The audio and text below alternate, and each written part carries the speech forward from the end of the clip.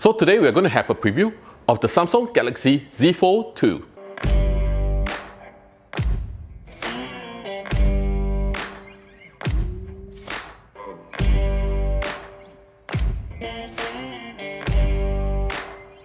Samsung had given some major changes to the aesthetic, look and feel of the all-new Samsung Galaxy Z Fold 2, as well as the software upgrades that will make the Fold 2 more superior and feasible to own a foldable smartphone.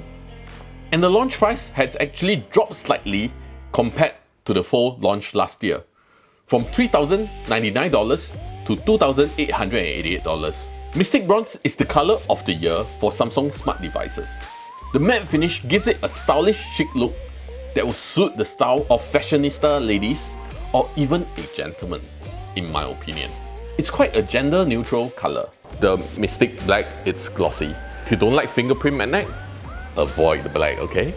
Paired with the new edge-to-edge Infinity O cover display, it's like a sexy biz for all the tech geeks out there. But still, it's not the easiest to type on with fat fingers like ours. Maybe we need a little more time to get used to it.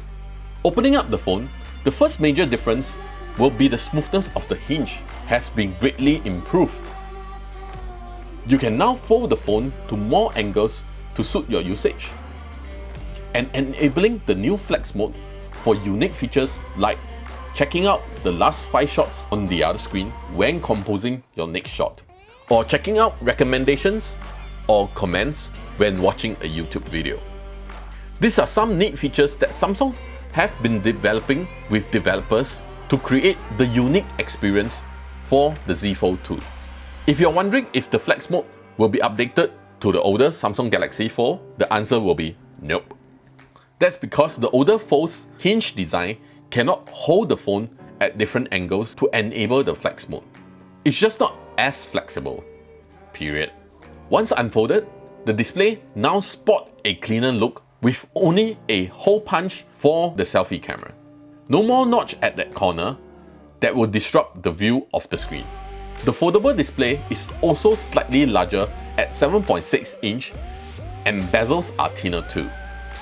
Even though Samsung enhanced the quality of the foldable screen with an ultra-thin glass, the crease of the folding line is still visible from some angles. But if you view the screen directly from the front, it's hard to notice that line when viewing a video. When watching a movie, you will also be able to enjoy stereo sound from the dual speaker on the left and the right side of the phone. But be mindful where you place your hands, because you might be blocking out the speakers. Who is he? Get the best out of the huge screen, not just by watching a movie. Use it for multitasking. You can open up to 3 apps at one go. You can now rotate the multi-app layout with a quick tap to suit your usage.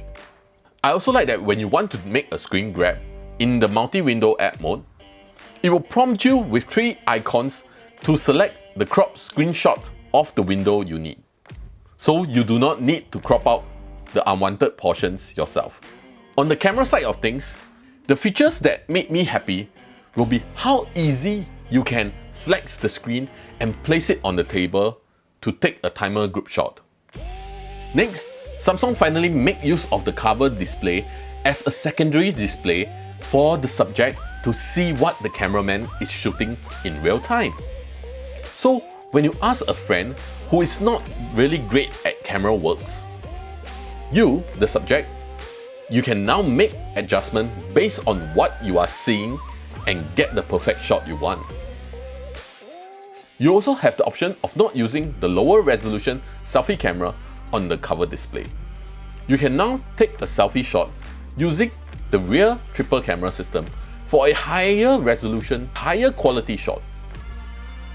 You can also use the ultra wide angle to take a full body or group shot too. The part that I'm disappointed about the triple camera system will be the cameras are all 12 megapixel. They are not on par with the standard based on the flagship devices like the S20 series and the Note 20 series, which are having 64 megapixel to 108 megapixel for super high resolution shots.